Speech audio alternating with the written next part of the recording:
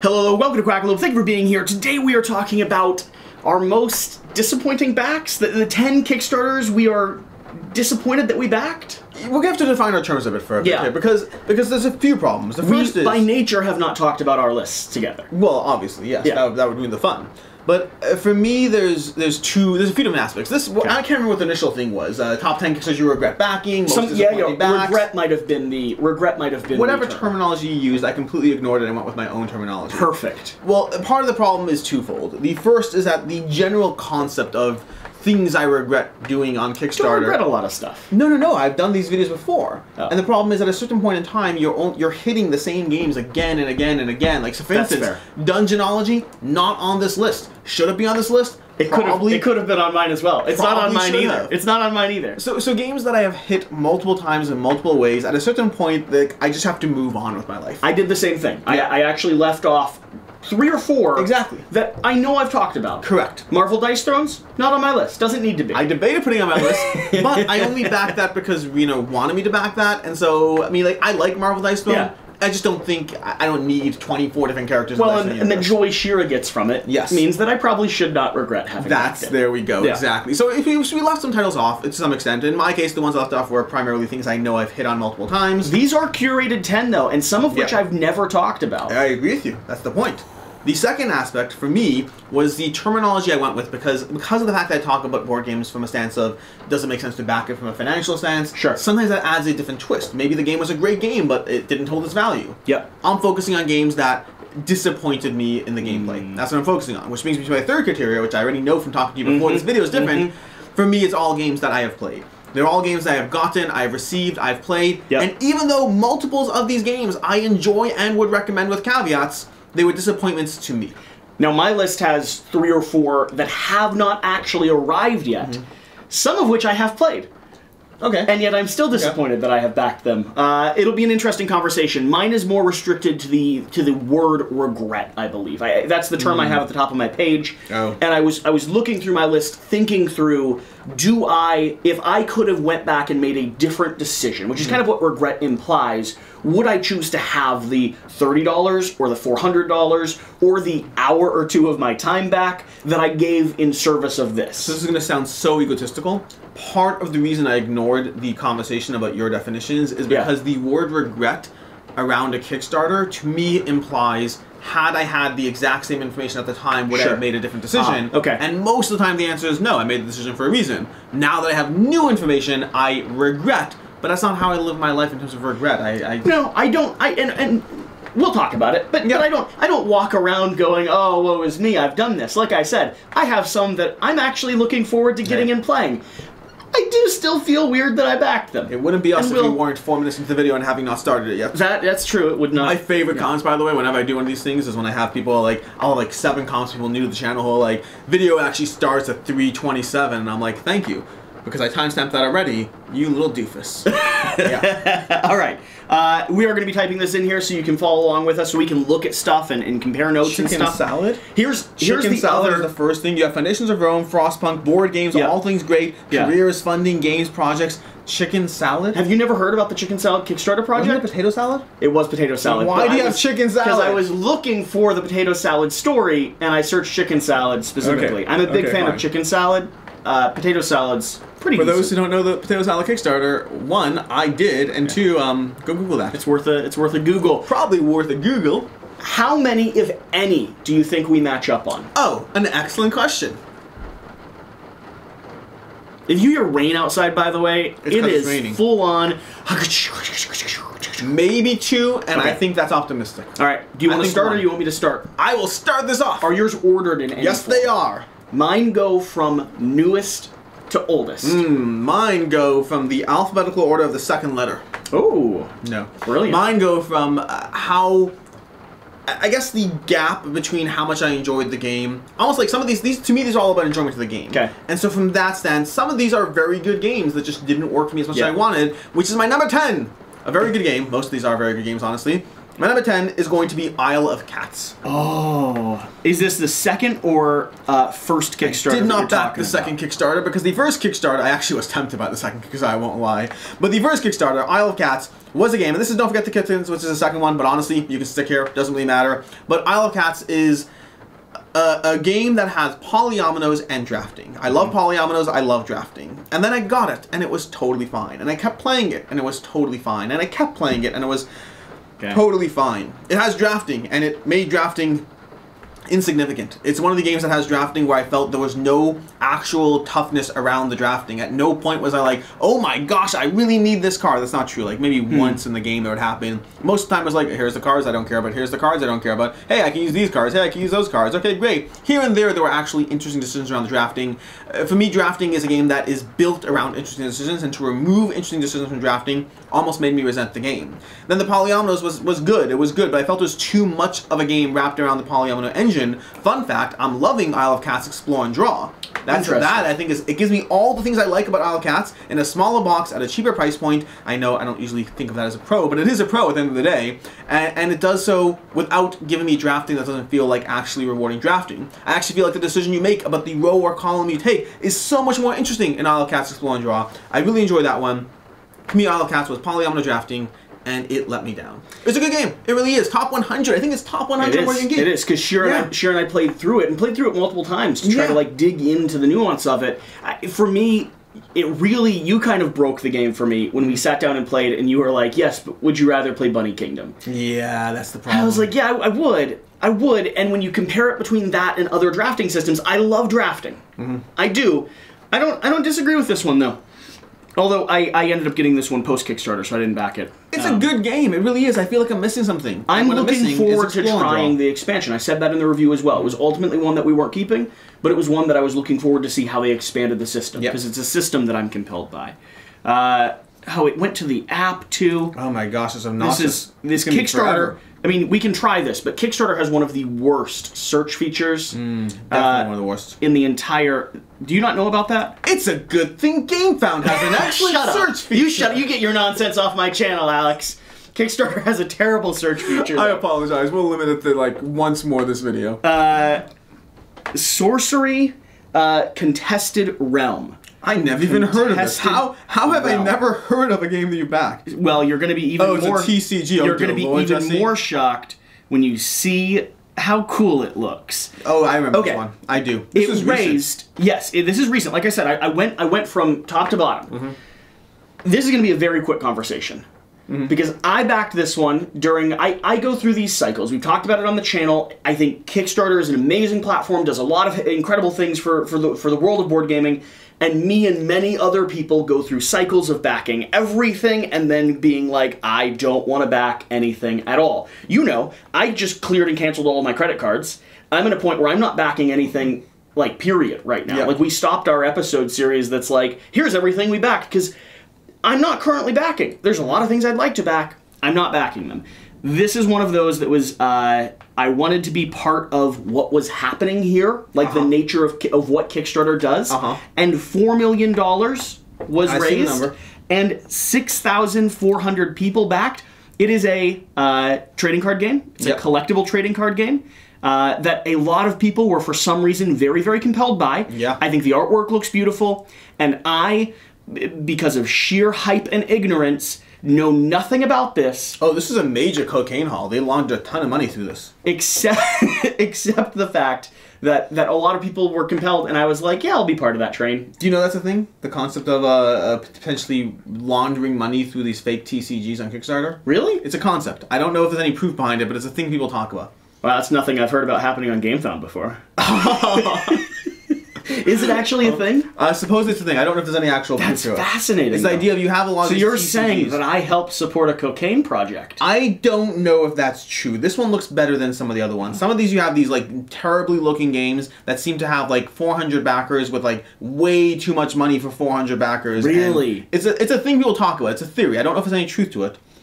Yeah, I'm not actually attempting to slur Kickstarter. This is a thing I've heard. I mean, they've got their names across the top of it. No, this looks real. I wouldn't say it if it was. All I know is it looked compelling. I didn't do any research. I should not have backed this. I know that. I genuinely regret backing this. However, Kickstarter convinces people to do silly things sometimes. Yeah. So that's my number 10. Anyways, my number 9. My number 9, another... Not all of mine are that stupid. Another solid game that I thoroughly enjoyed, but did not enjoy enough, and then spent like $100 again the game and the expansion. It's Endangered. Ooh. Endangered, specifically New Species, was the one I jumped in on, the second Kickstarter for the game, and it's one that I was very compelled by the art, by the style, by the scenario-based engagement where you have tons of different species you can dive into, and I've played through a bunch of them, and I've really enjoyed it, and I really do like Endangered. Arguably, I should probably put Endangered below Isle of Cats, because I think I enjoy Endangered more, but Endangered is a fun cooperative and or solo experience. We have a ton of little beasts you have over here. Each one has their own way that you're dealing with, like saving the elephants or saving the tigers, as you try to figure out in this cooperative engine how to be as efficient with your dice placement as possible to ultimately get the world ambassadors to vote on your side. What, sounds fun? I know nothing about this. I like it. I do. Their page is hated by the app. Oh wow! If you look how glitchy it is. At least they have an app. You know, I was about to be like, you know who doesn't even have an app? All right, that's the last one. That's the last one. It may not be. This is the first video we're filming together since your announcement. For the context, I recently got hired by GameFound, which means now I feel it's in my best interest to poke fun at them and compliment them equally and ridiculously in the same video. And for me, I don't know what it means. Who cares? On my end, you showed up and I said, I curated my entire list to be GameFound based. It's okay, I'll go practice my apology video after the fact. Perfect. In any case, yeah, Endangered was a fun one, but it was one that ultimately for me, I found it kept being inconsistent in how much I enjoyed my plays. I'd play a game and be like, oh my gosh, it's so much fun, I want to keep this. And then I'd play a game and be like, that was kind of weak, not for me. I went back and forth, back and forth, back and forth, and I was like, you know what? That's too many back and forths for me. I don't like playing games where I'm uncertain which play is going to be fun and which play is going to feel like a waste of my last hour. Waste is a bit strong, but where I could have played something better in that hour. Yeah. And so it did unfortunately leave. Thoroughly, I can recommend it with caveats. I liked it, but inconsistently. I had some great plays and then some mediocre plays, and Endangered is one that ultimately, based on gameplay, kind of regret backing. That's one of those things that for you I've noticed really endangers a game, is if it isn't always consistent. Like, you want it either to be stable or growing. My last play of Paleo was meh, and if I get one more meh play, it's gone. That's interesting. I need my... because the problem is I have so many great games that when I have a game that gives me meh plays at a certain point, one is like whatever, but at a certain point I'm like, I don't want to play this because I don't know if today's going to be a meh play or not, and I'd rather play the good plays. This is where... good marketing and notable figures in the... Holy hell, what is wrong with you? Do you know what this is? Yes. Okay. I backed this. This is where social media influencers have an impact on people. Do you not like money?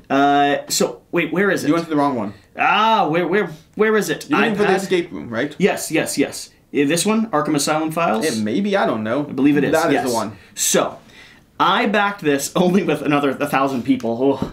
This is way overpriced. It just is. And I had that conflict when I was talking with the audience about whether or not I was going to back this. I don't know much about this at all. What I do know is they sent it to a content creator who I really admire. They sent it to Chris Ramsey. I know. And I am such a big fan of him. I think he does some of the best content on YouTube in our in the escape puzzle world. And he's here and he's promoting it. And so I'm in. I will say this, though. Do you think he maybe got paid for doing this video? I don't know, man. I watched it. I didn't see if there was money involved. Either way, it worked. It's why I backed this game. If he got paid, it's because it worked, I guess. But he's all over this. Oh, I know he's all over this. He's all over this. So, and I don't know if he has a relationship with a designer or something. Here's what I will say. I did not go for the all-in. Oh, thank God. I didn't. I went for an even at the price level that I did, which was only this. I did episode 1 for $140. And even there, I should not be backing this game. You will never play this game. I am going to try it. I think it's doing something interesting in our space, too. Yeah, it's making me use a virtual augmented reality thing, which you'd have to pay me for. I don't want to pay for this. But it's very interesting. It's very interesting. Like the price is outrageous. No, it's not. The price is outrageous largely because of that app, I think. But this is, I mean, you're looking at $500 for episodes 1, 2, and 3. It's too far and too far beyond what I could have done. To the degree that I actually held myself back on this project, which is kind of mind-blowing. But it's an escape room game, which is not the genre for me. It's augmented reality, which I think is interesting, but I'm not really going to enjoy it. and it was marketed and sold to me by a social media influencer that I admire, which is not usually a good reason to solely back a project. I have made all the bad decisions. I will give you the credence of saying that they did a good job tempting me into this, but I was like, no, just no. Not even for what? $150 for a single escape room? Get 15 unlock games and call it a day. You're right. And I love unlock. You're right. That's why it's on this list. My number 7, keeping with the animal themed, number 8 I should say, is Wild Serengeti. Serengeti. Wild Serengeti. I remember talking about this one, I think. I remember you playing were it. excited about this. I was excited about it. But from these 3 that I just gave so far, now those first 2 were almost throwaways. That's not entirely true. There's like a few others that we can talk about. We'll get into it. Okay. But Wild Serengeti is where we start drifting into games that I just didn't care for enough. It was not bad, to be very clear. It was not bad, but it was totally passably fine. As opposed to Endangered and Isle of Cats, which just went below my expectations, Wild Serengeti was totally passably fine. My expectations were not that high. They were reasonable. I was like, hey, a fun point-scoring game. I like games like Cascadia. Wild Serengeti's going to give me that style of gameplay, and it doesn't. It just doesn't. It felt a little bit too long for what it was. It felt a little too random for what it was. It felt like players can get in the way intentionally or unintentionally as far as what it does, and it just felt like a lot more work to try to find patterns. Not like strategy, just work. Like I could just sit at the board and stare long enough, and I'll see the pattern I need, not in a way that made me feel clever, in a way that made me feel tedious. Did not like this one. Another $100 game that, I don't know if it was $100, whatever it was, by the time you factor in the extra meeples and the this and the that. And this is one that I was very happy to ship on and sell to the next person because it was not bad, but it also wasn't that great. Which didn't work for you. And you, of course, did all the... I'm sure you went full on Animeeples and all of that. Of course I did. What kind of madman doesn't? Well, the mouthfeel on all of those is... remarkable. The giraffe was one of the most glorious meeples I've ever seen. I've never actually played this game. I know almost, if nothing, about it. Other than you were really excited about it, and then I never heard anything else. Yeah, it was good. It was totally fine. Totally fine. Ah, what a list full of games that didn't work for us. Yeah, there's lots of fine games out there. Okay. Here's one that I should not. Spicy. That I should not have backed. You backed the most recent one? Yeah. Is this Shure's fault or your fault? No. I have played Tang Garden before. And? This is one of those that I have played before, and I should not have backed it still. Okay. I remember playing Tang Garden. It came in from the first Kickstarter wave, and it was a beautiful, artwork was gorgeous, the landscapes you were playing through was amazing, all the little miniatures that were Kickstarter exclusive that pair up with the different characters that you have. Everything about this game screams deluxeified and screams like beauty, right? It feels like it's been cared for. And then I sat down and set it up on the table, and all these big cardboard standees we kept putting on the map made it so it blocked icons, it blocked the view that you were getting, it made it very, very cumbersome and actually kind of bothersome to play. Sure. I didn't like how the game functioned, but I loved how it looked, and I loved all the exclusives. And so when they brought back their reprint with all the extra deluxeified exclusives and the expansions, I thought maybe 2 years later, as a more board game professional now than I was back then, maybe there is something to love here. Maybe I'm wrong about my opinion on this one. Maybe they are, maybe the people that are backing this and that love this game and that, understand something or have found something in the experience that I completely missed. And so I backed it with the hope that I really like it when it comes in. I'd make fun of you, but I almost backed the Olive Kittens expansion. Almost did. It's the same concept. It's like sometimes you see something that was just on the cusp of how much you liked it, and others like it enough that you're like, but maybe if you force me to spend enough money on it, I'll learn to love again. Well, it wasn't just that. I played this specifically 2 and 3 player, and it was Jan's copy at the time. And so I never lived with it very long. I didn't like it when we first sat down and started playing through it, but I never broke out the expansions. I never tried it again 6 months later.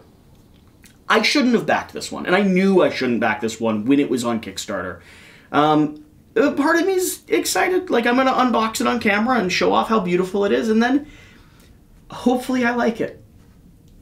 And I think I probably won't. Good luck. I think I probably won't. This is one of those games. This? No, I have not. This is one of those games. I actually, they reached out and they wanted to make a copy, I believe. I have publicly said about this game that this is one of those games that compels me to a large degree. I understand the appeal. I almost back this as well. but also I've heard enough mixed opinions. I heard people like it, and I've heard people who are kind of mixed in it, that I haven't really been willing to put my own money behind it yet. But some of the people that like it really like it. That's the problem. And so after the last time I talked about it, they actually reached out and they said they want to send me a copy. I haven't actually gotten one yet, but if they send me one, I'll cover it. Well, that's all over now. Oh, we'll see. I don't know. I mean, no harm, no foul. First off, Quackalope already gave us money. Second off, he's not convinced you're going to like it anyway. I mean, I said that. I mean, that's the premise under which they sent it to me. I was like, I'm not convinced. Could go either way. And they're like, let's prove you wrong. And I was like, sure. And they honestly, haven't yet. Yeah. I hope I like it, man. I would not be averse to liking it. I mean, I could start going through the backlog of pretty games I back, thinking I like them. That is this. Let's see here. That is the second. There's one more that still has not arrived, but I have played before. Yeah, counts. And then all the others are ones that I really wish I. My number 7. My number 7 is another solid game, and I definitely don't regret backing this. I sold this for more than I paid for this one, easily. Is that how that works? That's the problem with these lists. Yeah. Like, how can I say I regret backing a game? Like, I bought this game, and I sold it for almost twice what I paid for it. There's no regret there. That's just profit. Bardsung. Bardsung from Steamforged Games. Again, no regrets whatsoever. I backed it. When I backed it, I even said that the part of the reason I was able to justify this is because I know it'll hold its value just fine, and so I was on the fence, but I was like, who cares? If I'm right, I get a game that I love, and if I'm wrong, I get to make money, and I made money on this one. I liked Bardsung. I did. In fact, I played the original game, and when I played it doing the campaign, I played a boss fight, and I thought it was interesting, but I thought that to me, the main appeal would be building up your character. I felt that the actual combat points in the game I played felt a little bit too procedural, not a ton of interesting decisions, and mostly felt like, oh, but building my character will be fun. And I was right. That is the most fun that I have when I'm playing Bardsung. I love building out my character. I love earning XP. I love trading it in for the next stat or upgrade or something that I get as I build out how my character operates. The problem I then have with the system is that it gives you a little too much grind in between those upgrade points. There's not enough time to be like, oh, I want a scenario or two. Like when I play Gloomhaven, there's like 2 or 3 scenarios of learning my character before I'm on to the next upgrade, the next stat, the next card, something else. And when I played Bardsung, it was much more than that. It felt like there was a little too much grind built into the system as far as how much time you have to spend living with that small adjustment you made before actually engaging in some forward movement. I loved the character building. I thought the dungeon crawling was totally fine, not amazing, totally fine, and I thought the grind was a little bit too high. For me, I mean, I gave the game like 15 hours, which is not a small amount of time. Yeah. I enjoyed it. I liked it. And then I made twice my money back on it. It just didn't need to stick around for you. This is one I never got a chance to sit down and play with you. I saw it set up on your table. I think it looks beautiful. I'm not opposed to trying it, but with how many immersive campaigns are out there. That's the problem. For me, the story itself would have to be one of the selling points to pull me through. The story was decent. I think that, again, same problem though. I felt that the amount of grind in between things kind of made me lose touch with the story, but I thought the story points that I was engaged with were pretty fun. That would be the check for me. Unlike, I mean, you're a little bit more mechanics driven, a little bit more powers and abilities than I am, whereas like if you can sink me into a story, I'll forgive a lot of sins. Yeah. You know, talking to you, Etherfields and Tainted Grail. Yeah. Because Etherfields, well, both of them actually have grindy mechanics, but they also have a really, really cool explore. I need to play Tainted Grail. I really need. I started it. I just need to dive into it more. All right, let's see here. You're number 6. Swinging on to my last one that is still on, or was on Kickstarter. The main stopped.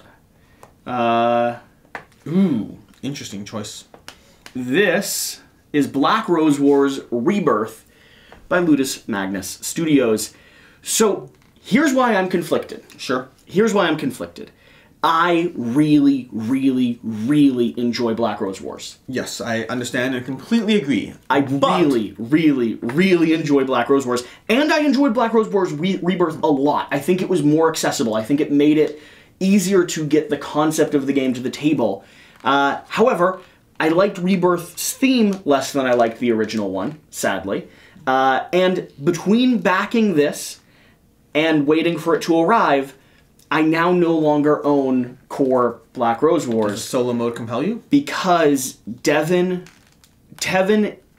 pointed out a very good fact that was having the giant box that needed to be shuffled in was limiting my ability to play the game at all. And it was. I had too much content for it to get it to the table. There was too many rules agencies. There was too many extra little things to keep me from playing this. And then I went all in on this one, and I'm really, really concerned that the same thing's going to happen for me, for the way that I approach games. I love this system, I love this world, I love the miniatures, I love the artwork, I love the mechanics. And yet I think this is going to come in, and I think it's going to sit there, and I'm not going to be able to dive into it like it deserves.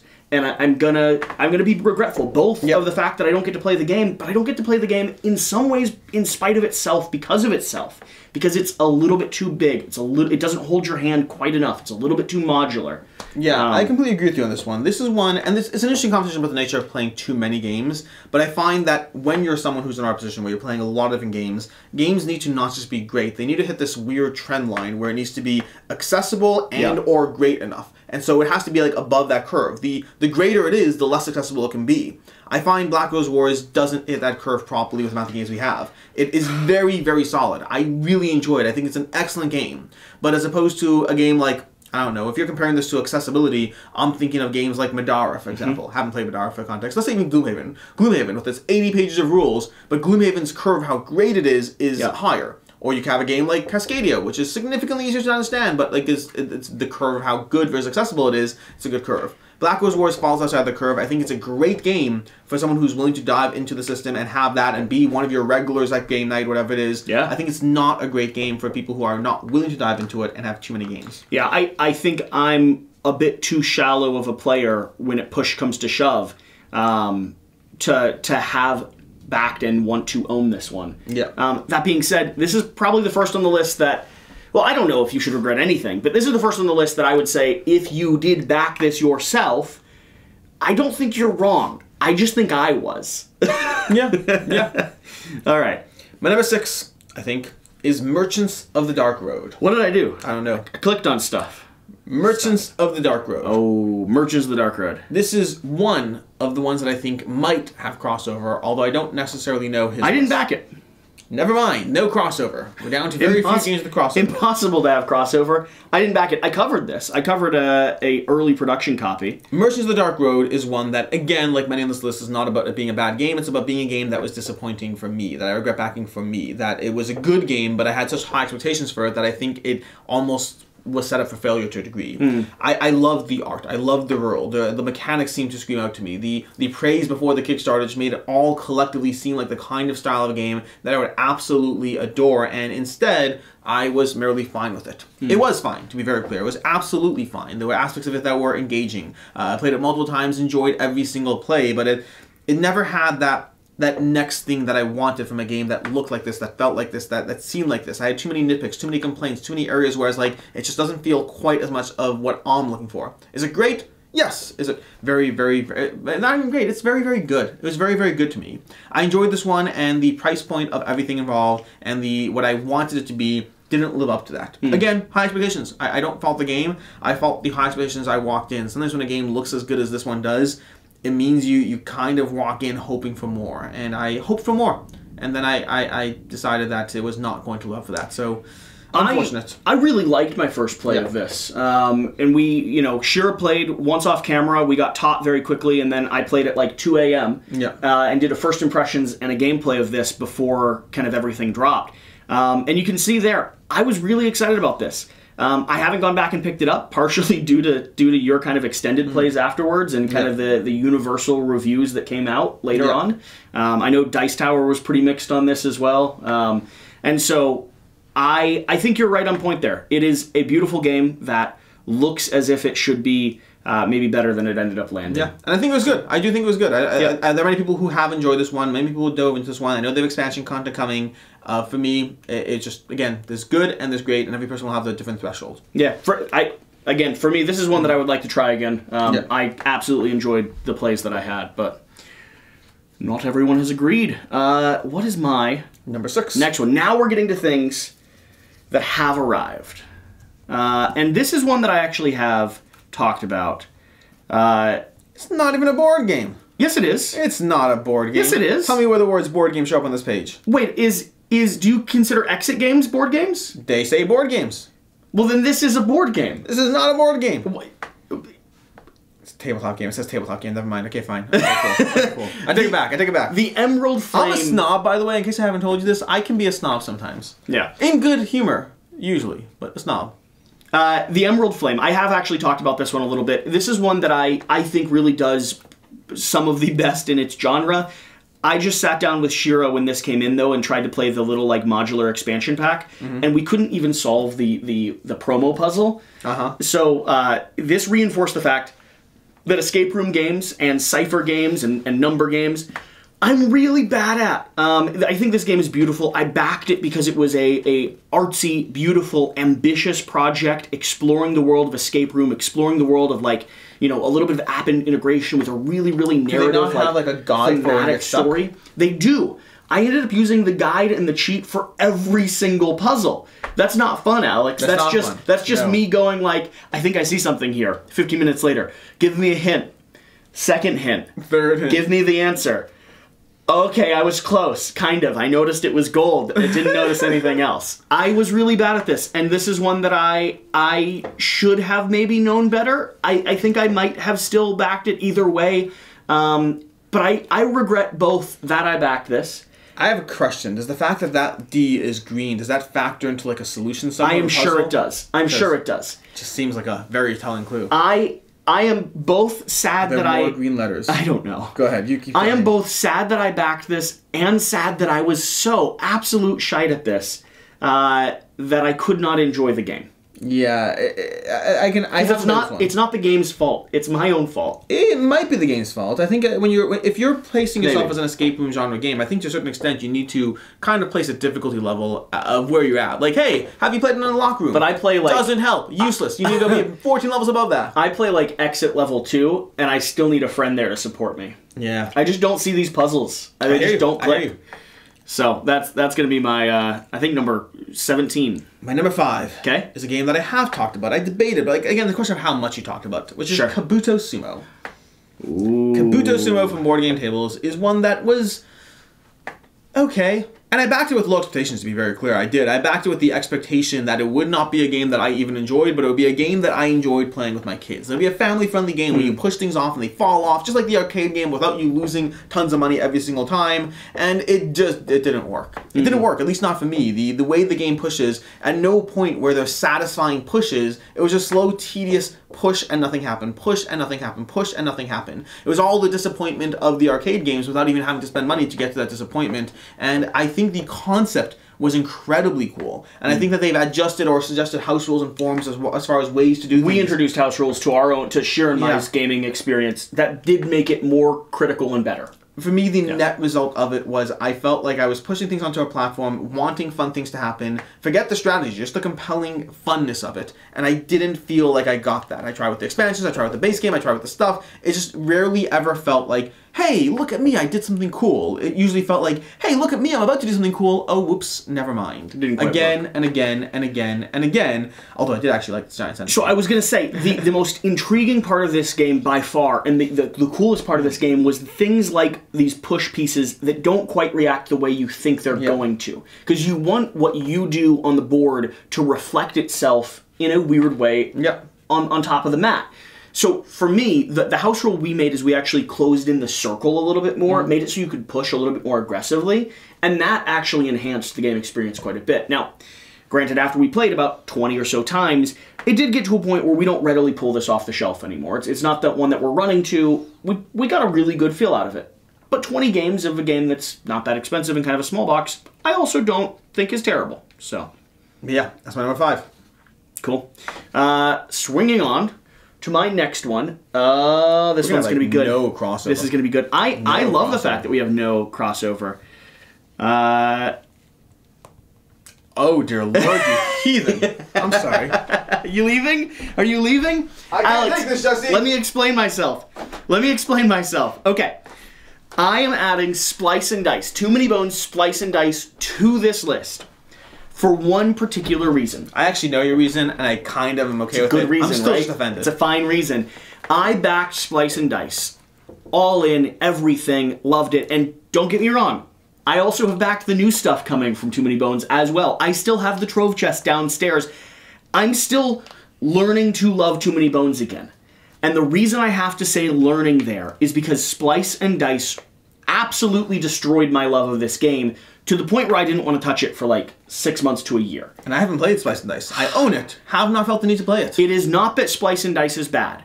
It is that I received Splice and Dice, still being a fairly new, very excitable Too Many Bones player, set it up on the table, and said, let's go in. Played with new heroes, played the new campaign system, built our villain as we played through, and it was just too much, and it crippled the game for me, and it made me not want to touch it again. To the point now where I'm actually playing through Undertow and using some of the other, like, just taking one character at a time. I'm having to relearn to love Too Many Bones from the vantage point of someone who was above where I stand now in terms of my experience with it, and overdid myself.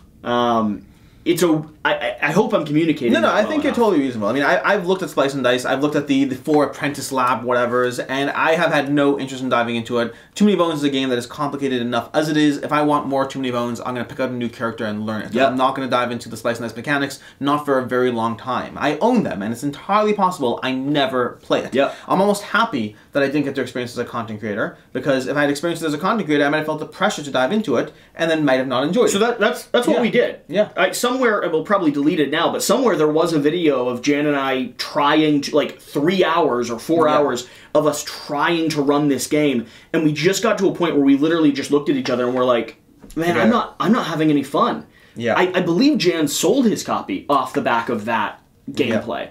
And so this, I don't know if it's bad. I think it's just more complicated than I can handle. It just might not be for a Too Many Bones, anything other than a Too Many Bones diehard. It might not be. And again, I love Too Many Bones, adore the game. I will never, to the point that even though I agree with your reasoning, as soon as you pulled it up, I was like, I'm still offended on Too Many Bones' behalf.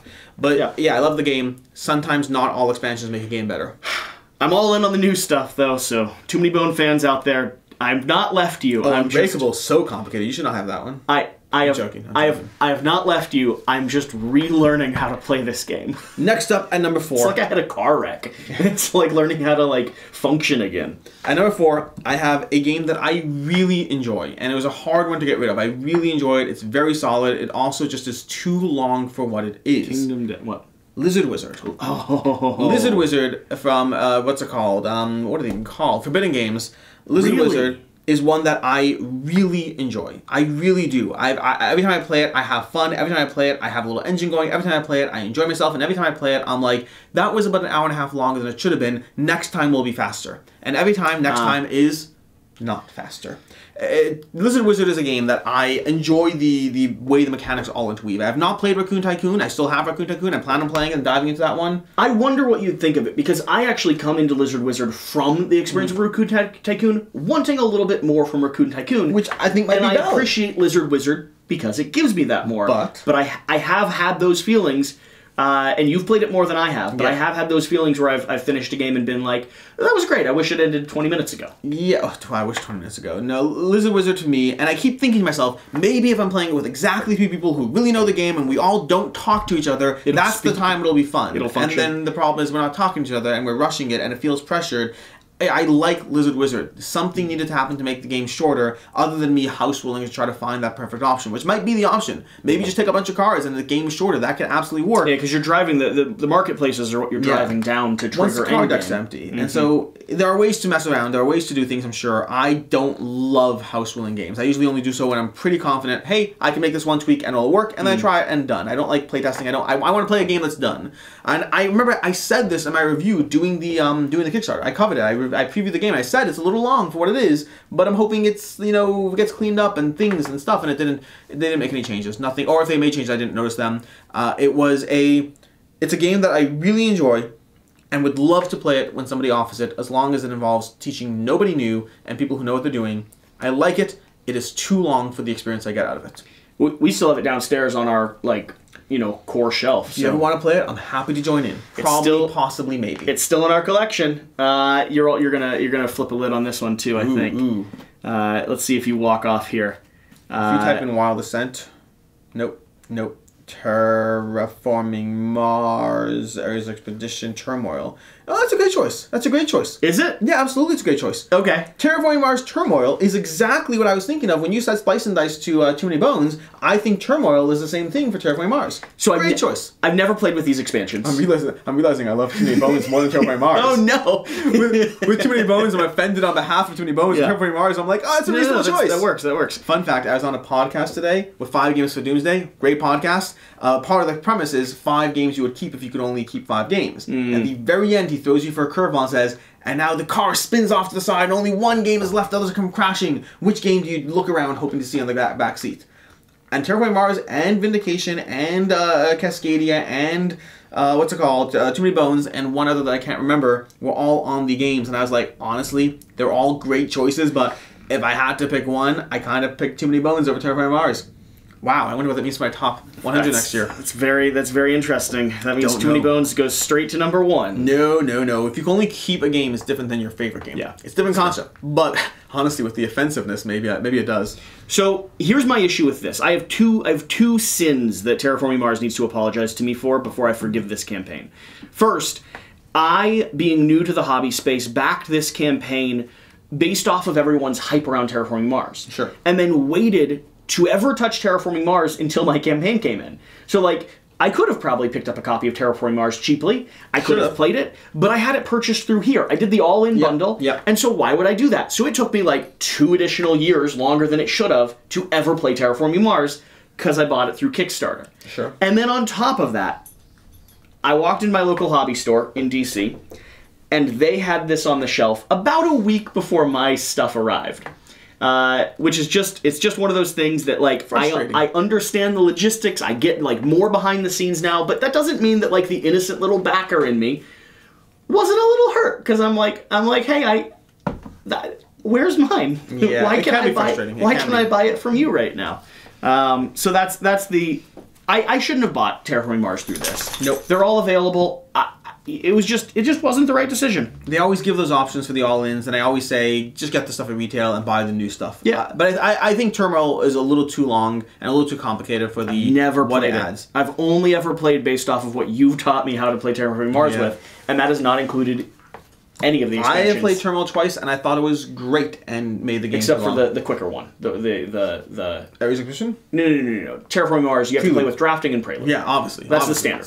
That's the rules. That's the only way. Okay. My number 3 is a game that you and I have both played. This one's a game? Honestly, some of yours weren't. Stop it. Multiple of yours. One of mine was an app. One was a TCG. Yeah. That doesn't count at all. No, I'm such a snob. I'm sorry. I say everything's a game. My number 3 is Steam Watches. Steam Watches is a game that I didn't back. And then I went back and I late backed it so that I can get my hands on a copy because I was like, you know what? I have regrets. I want to get this game. And then I late backed it. And I think it does a good job at being a very solid area control game. A game that I've enjoyed, but also a game that does not hit the highs of what I look for in an area control experience, which generally is, ironically, not area control. Yeah. This is something you and I have talked about, and you and I are on the same page. We agree so much on this. We like the area control as like almost like a nice solid pie crust that holds everything together. It's a good base. But no one came there just for the pie crust. I mean, maybe some people did. I did. And so I want the pie crust. I need the pie crust present, and I need other things in the pie for me to actually enjoy what's going on. And I'm not saying that Steam Watches doesn't have that, but I'm saying the other things in the pie. It's mostly crust. It's mostly crust. That's what we're saying. It's mostly crust. It's a real, like, if you... Like me, if I had been introduced to Steam Watchers when I was young and like 14 and playing Risk with everyone I could talk into, Risk out of the water. Out of the water. Yeah, 100%. Great at that. Yes. Bad at other things. But I come to area control for drafting and powers and abilities and complex play and bidding and gods and all these other things going on. And Steam Watchers was like, what if we just give you like really good pie crust? And I was like, someone else will like the really good pie crust. And I enjoyed it. Again, nothing wrong with really good pie crust. I'm just never going to pick it over a nice blueberry pie. So Steam Watchers for us is one that... What is wrong with us? I don't know. It's one that ultimately didn't stay in our collection. Sure. I got about 6 or 7 plays in, and it was one of those that you've talked about where I was never sure if I was going to have a really good, tight, closed fist game, or if it was going to be pretty obvious and it was going to be kind of a feel bad, like someone skirted the rules or like cut off the other player and there wasn't anything you could do during the last turn. Like I remember it was brutally mean. That's right. I forgot about that. I remember a 2-player game where you know, and it's not designed for that necessarily, but it was like I spent most of the time just trying to reach my opponent who was securing victory every single turn. And there was another game where I used the map really conveniently, betrayed someone who thought that we were in an alliance, because there's no alliances in this game, and I won. And I felt it didn't feel good, because it's cutthroat. It's cutthroat, and there's no, it's just mean and punishing, but in a good way. That part's actually I'm okay with. As long as the group that you're playing with knows that, and as long as it's your genre of game, and it was too mixed at the end of the day. We're not going to have any crossovers, because my last two are, I guarantee you, are not on your list. None at all? Guaranteed. I will eat my piece of paper. I was going to say sock, but I'm not going to eat my sock, let's be honest. Champions of the Wild. Oh, Shut Up and Sit Down lied to you, didn't they? They did. They did. They're right here. They're right here. To say this is the stuff that dreams are made of would be unfair, as dreams are rarely this good. Matt Lees from Shut Up and Sit Down. For those of you who don't know, when I first entered the hobby, entered through the line of first, you know, first Critical Role with Matthew Mercer, and then directly into Shut Up and Sit Down. And I consumed everything that they presented to me. And I bought most of the things that they presented to me. And then about a year, maybe a little bit less than that, I realized that my taste, once stuff started rolling in, and I had like 5 or 6 or a dozen experiences, my tastes don't line up with theirs. Yeah. This is one of those, you know, things that I think is a really cool game. I think it's a really smart idea. It's this idea of playing a Olympic-based game where you have various different animals and you're trying to justify how these animals will succeed at the sports that they're presented to. Like, how does a hippopotamus do it at like weightlifting or diving? How does a kangaroo do it at the long jump? Probably pretty good. Why am I picking things related to the things that I've just listed off? How does a grasshopper do it at fist-to-fist dual combat? And how do they win, right? Straight up the nose. That's how they win. All the time. Every time. That's fist to brain. You don't understand the concept? You've never seen tiny little grasshopper fists go straight into your not. This game is one of those that Shut Up, Sit Down steered me personally wrong on. I got it in. I sat down. I tried to play it. I was very excited about it. It didn't work. It didn't work. It didn't work. And finally, I admitted that what there is to love about Champions of the Wild is not what I love about board games. Yeah, I remember seeing the review of this one and being very compelled, as I typically was back then. But and also, this one is one that, even though they were very compelling, the central premise is convince other people that you're right, and I love that in real life. But in board games, it's not my favorite mechanic. It's not my thing. And so I stayed away from it. And then I also I didn't stay away from it. I looked up ratings and reviews and saw enough ratings and reviews that were more mixed in it that I was like, I will use the combination of it being a mechanic I don't like and the general mixed reviews to be like, I will pass on this one. And I did, and I've never regretted it. The only game that has that mechanic that I'm fully aware of that I like is Trial by Trolley. And I find that one funny because it's a moral quandary. Moral quandaries are delightful. Trial by Trolley is the only one I've ever been quite as compelled by as far as something in that genre. I'll have to maybe get it to the table with you when we have too many people over. Trial by Trolley? Yeah. Trial by Trolley I'm actually compelled by. I like the Cyanide and Happiness in general, and that one is always a degree of like, who you're gonna kill? We are not gonna match up at all, and I've got 2 spicy ones for the end. Number 2. My second one is Zombiecide 2nd Edition. Specifically Second Edition from Command Games. It is one that I even enjoyed this. Again, many of these games I enjoyed. But Zombiecide 2nd Edition to me was ridiculously easy to the point that we kept house ruling it to make it as hard as we possibly could, and we could not die. We just started doing stupid things and wading into crowds of zombies with intentionally being like, listen, let's just do this and see if we die, and we could not die. I don't know what, I don't know why, I don't know if it's other people's experience, because this game is rated well. People like Zombicide 2nd Edition, but for me, I like Zombicide Black Plague, which is amazing, and you die all the time. A little bit more crunchy. Invader was very hard to die. Never actually died in Invader, but at least I feel a small sense of threat. Hold up. And Second Edition didn't even come close to feeling a sense of threat.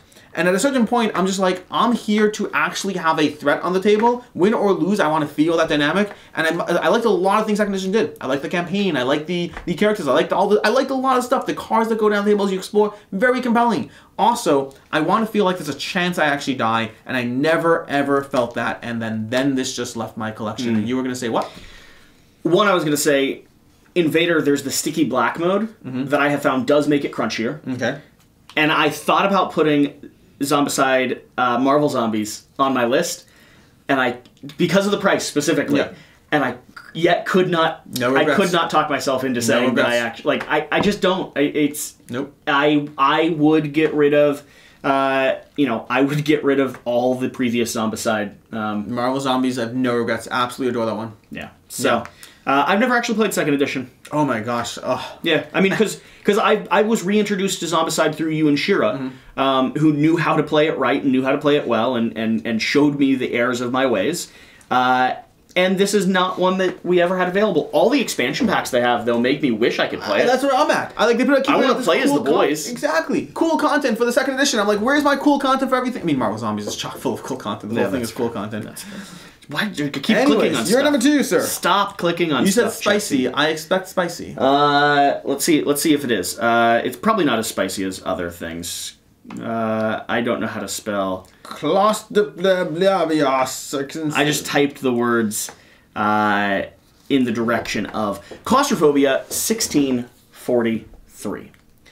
I regret backing this one because I already owned and still own the original Claustrophobia. But this one's better. I've heard it is.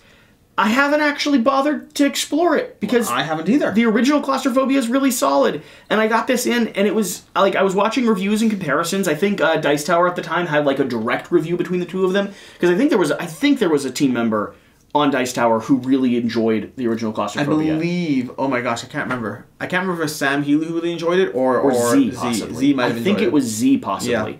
And I remember them doing a direct comparison between the two when I got my new one in. And I really liked the original Claustrophobia. I never bothered to open this one up because it was similar enough, and it did some things better, but I didn't mind the stuff that the old Claustrophobia did, and it changed some of the stuff that, in my mind, I didn't think I'd like as much. I've opened this, I've read the rules, I've set it up, I have never played it. I have it. I still have it. Yeah, maybe one day. This is one of those learning lessons for me that it's like, if I already own and I'm already very satisfied with a game, and there's a just reskin or reprint, I probably should do a bit more research than I did back, I mean, this was probably 4 or 5 years ago. I should do a little bit more research around what are they promising to change between what I already like and what is new coming out. I think when I backed this originally, part of my mind just thought that it would be like, it would match up. They'd just work, right? It just continue. And it doesn't. It fully replaces the game that I already like. And I didn't really want to replace the game. You played the original Claustrophobia? Yeah. Oh, wow. Yeah. That's good. You're old school. Well, not really. It was in the era, the first year I found board gaming, I watched so much review content, and it was in the era of looking for a 2-player with a dark, menacing theme like Kingdom Death, and I think it was Z that I found, correct me if I'm wrong, I think it was Z that I found who was talking about it on a list of like the best 2-player, the best head-to-head. And so I picked up a copy, I picked up a third-party, copy, and I didn't want it replaced. Yeah, I still want to play this one. Someday, eventually. Convention, if you see me and you want to play a game, pick Claustrophobia. I'll try to play it. All right. My number 1 is another command game. Yeah? Bloodborne. I backed Bloodborne, and this is all on me, to be very, very clear. I'll give them a hard time for the whole 2nd edition not being hard enough, but this is what is going on with your thing. You're on books. I went to books. You're on books. I backed Bloodborne, hoping it would not feel like the video game. Why did I feel like that? I don't know. I thought a video game would be different and then a board game. And I thought the board game, I would appreciate the tactical nature of the back and forth. In the video game, I just didn't appreciate the grind and the slog and the constant having to re-kill everything as it kept respawning. And the board game was like, how about this? People like the video game. Why don't we make something that feels like the video game? And they did, to their credit. Also, I wasn't one of the people who liked the video game. I don't like the Bloodborne video game. I usually get a lot of crap for that when I say it, but this is on your channel, so I won't even see it, honestly. You could just load up the comments about, I can't believe Alex, or you could just search Boardgame Co. and find another video of mine and put your comment there about how I don't like Bloodborne the video game. I don't. I have not played Elden Ring. I'm sure I wouldn't like it either. Don't worry about that. I'm very excited to start playing Elden Ring, for the record, and this is on my list of games that I actually wish I went all in on. I did just Core Box, and then I got a chance to play this post-haste. Bloodborne? Yeah. You like it? I think it does the system well. Yeah, it does. It does. Good for them. It does. And so as someone that wishes I was a bigger fan of the video game, it's a time thing. It's not a game itself thing. I backed it all in. Never unpacked it. Turned around and sold it. He sold it. Never unpacked it. I feel like, how did you play it? I played not my copy. Yeah. This is one that I think I would actually pick up secondhand. if there was a good deal on an all-in. It's a good game. It's hard to find. It's a light game. It is. They did well in this. Again, they hit it out of the park. They did a Kickstarter that did well. They gave you a lot of content. It delivered. A lot of people are very happy. A lot of people are still happy. It has good ratings across the board. It's actually hard to find it's not for me an available good price on this thing. Yeah, because it's a good game. I remember people begging me, because I think I got like the core box and like one expansion, and I remember people being like, "Hi, so you don't have everything anyway. You mind if I get that expansion?" It was Devin, I believe. Yeah, sounds like Devin. Sounds like Devin. So that's my number one. A great game that for me was an absolute. I mean, I guess there was a sigh of relief. I don't know if you saw the stack of boxes. There was a sigh of relief part of me. I was like, I don't need to find 4 more Calyxes to fit this all. But at the end of the day, Bloodborne is not for me. All right, my last one is going to be. Oh no, you don't. No, you don't. Do you still own this? Fun fact. Did you see my video today of top 10 Kickstarters I'm most looking forward to? No. 7th Citadel was in there. I've never played 7th Citadel. And as I'm filming the game, as I'm filming it, I'm like, I should get 7th Continent back. I like the system enough that I want to own both. That's Alex talking when he shouldn't be talking. I do. I have never played 7th Citadel. I'm looking forward to it. I'm compelled by it. I have this at the top of my list, one, because they're in order, but also, I think it deserves to be here. Because I continue to this day lie to myself about 7th Continent. This is a system. Game. This is a system that I wish I could love so badly. I never should have backed all in. I had played original 7th Continent before this Kickstarter hit, and yet still, in my own design deception, went all in with it, with expansions and modules and systems. I think this is one of the most remarkable game systems I've ever came across. I love the exploration. I love the choose your own adventure. I think the story and the puzzle is so intriguing. And yet, I don't play games this complex solo, and I have had horrible experiences every time I've tried to play with multiple players. I think this game is only and should only ever really be a solo game. And because of how I actually approach solo games and when I actually get to them to the table, I continue to lie to myself that one day I will be the type of gamer that can play this and can enjoy it. So good. So good. The minute they make this into a video game, I am all in. Sure. All in. Sure, so am I. I mean, I still want it in a board game too, but the minute. I completely agree with you. But what I didn't need to do as a brand new board gamer was get every single piece of this and then hold on to it for 4 or 5 years, continuing to tell myself, like, I had that playmat still folded in the box that it originally came in for like 3 or 4 years. You don't need the playmat for context. Because all I ever needed was the original core box, which I already owned by the time this Kickstarter was like live and going, because it was the upgrade thing. It was the expansion packs. And there was so much content there that I already wasn't diving into. This is such a good game that, again, I want to get it back. I shouldn't. I probably should not. But it's so good. When this game hits, it hits. And it's such a good solo game. Right now, I'm still going through a process of trying to get rid of as many games as possible to keep the best possible games. And it's hard. It's hard to get rid of things. It's very, very hard. But these are the kinds of games that make me want to get rid of things so I can play more lifestyle games like this. Forget content creation. I'm just going to go ahead and just play the games I love. Maybe I'll do videos on them. We're getting there. Yeah. I still have a copy of this downstairs. I don't have all the expansion packs or anything. After about 4 years, I did end up selling them.